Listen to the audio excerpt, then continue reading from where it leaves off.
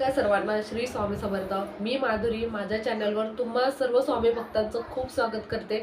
आजचा दिवस तुम्हा सर्वांचा खूप आनंदाचा आणि आरोग्यदायी जाओ ही स्वामींचरणी प्रार्थना करते आणि आजच्या व्हिडिओला सुरुवात करते. तर आज मी गुरुचरित्र ग्रंथातला 14वा आणि 18वा अध्याय याबद्दलच मी आज संपूर्ण माहिती सांगणार आहे. तर व्हिडिओ शेवटपर्यंत नक्की पाहत राहा.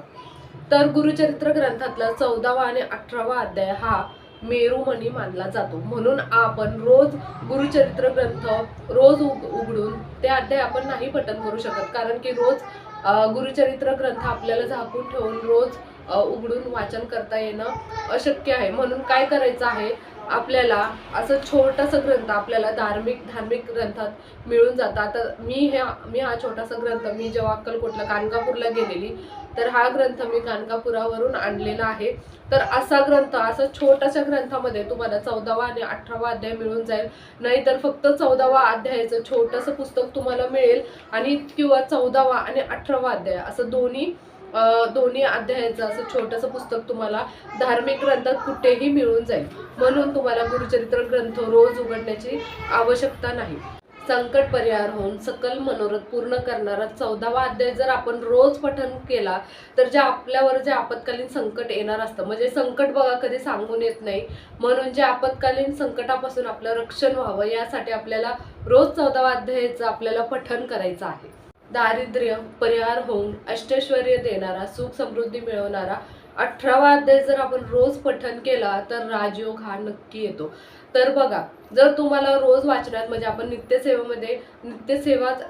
रोज वाचन करायचं म्हणजे नित्यसेवाच करायची आहे. जर तुम्हाला कोणत्या इच्छा असेल, म्हणजे तुम्हाला संकल्पयुक्त करायचा असेल, तर तुमची जी काही इच्छा असेल ते बोलून तुम्ही संकल्पयुक्त सुद्धा ह्याचं तुम्ही पठण करू शकता. म्हणजे तुमची कोणती इच्छा असेल तर ती इच्छा बोलून तुम्ही ह्याचं 40 दिवस किंवा 6 महिने म्हणजे 21 दिवस असं तुम्ही संकल्पयुक्तही ह्याचं वाचन तुम्ही पठण करू शकता. भरपूर सारं संकट आहे, खूप सारं कर्जाचं डोंगर आहे. तर रोज तुम्ही 14वा अध्याय गुरुचरित्रातला 14वा अध्याय तुम्हाला रोज वाचनात ठेवायचा आहे, किंवा तुम्ही 14वा आणि 18वा अध्याय दोन्हीही तुम्ही याचं वाचन करू शकता.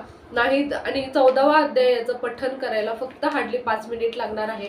दिवसभरात तुम्ही कधीही याचं वाचन करू शकता. फक्त 12 ते 12:30 दुपारी 12 ते 12:30 ही वेळ सोडून तुम्ही याचं वाचन कधीही दिवसभरात करू शकता. कारण 12 ते 12:30 ह्या वेळेत आपले दत्त महाराज आपले भिक्षा मागण्याची वेळ असते. त्यामुळे ह्या वेळेत कधीच 14वा आणि 18वा अध्याय कोणतीच दत्तगुरूंची सेवा करू नये. आता याचे नियम अटी काय आहेत, तर जर तुम्ही संकल्पयुक्त करणार असाल किंवा तुम्ही रोज याचं पठण करणार असाल, तर मी सांगेन की मांसाहार पूर्णतः वर्ज्य आहे. तर ह्याच्यासाठी कांदा लसूण खाल्ला तरी चालेल, बेडवर झोपलं तरी चालेल, त्याचप्रमाणे ब्रह्मचर्याचं पालन नाही केलं तरी चालेल. फक्त जेव्हा तुम्ही ह्याचं वाचन कराल, जेव्हा ह्याचं तुम्ही पठण संकल्पयुक्त बघा, तुम्ही जर संकल्पयुक्त जर तुमची कोणती इच्छा असेल आणि जर तुम्ही संकल्पयुक्त करणार असाल, तर मांसाहार पूर्णतः वर्ज्य आहे. आणि जर तुम्ही रोज नित्यसेवेमध्ये जर तुम्हाला ह्याचं वाचन करायचं असेल, जर तुम्ही ज्या दिवशी तुम्ही मांसाहार करणार असाल त्या दिवशी फक्त ह्याचं तुम्ही 14वा आणि 18वा अध्यायाचं पठण करू नका. तर अशा प्रकारे आपल्याला गुरुचरित्रातलं 14वा आणि 18वा अध्यायाचं आपल्याला पठण करायचं आहे. तर बघा, तुम्ही ह्याचं वाचन तुम्ही कंटिन्यू ठेवू शकता, म्हणजे नित्यसेवेमध्ये. नाही तर तुम्हाला संकल्पयुक्त करायचं असेल तर संकल्पयुक्त सुद्धा तुम्ही करू शकता. बघा, तुम्हाला 40 दिवसातच ह्याचा अनुभव येईल.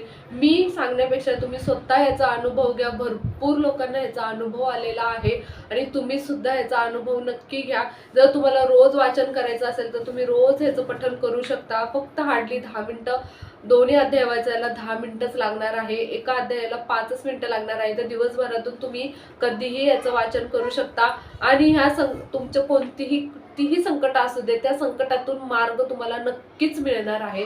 नक्कीच याचं वाचन करा आणि संकल्पयुक्त करणार असेल तर संकल्पयुक्तही तुम्ही करू शकता. श्री स्वामी समर्थ.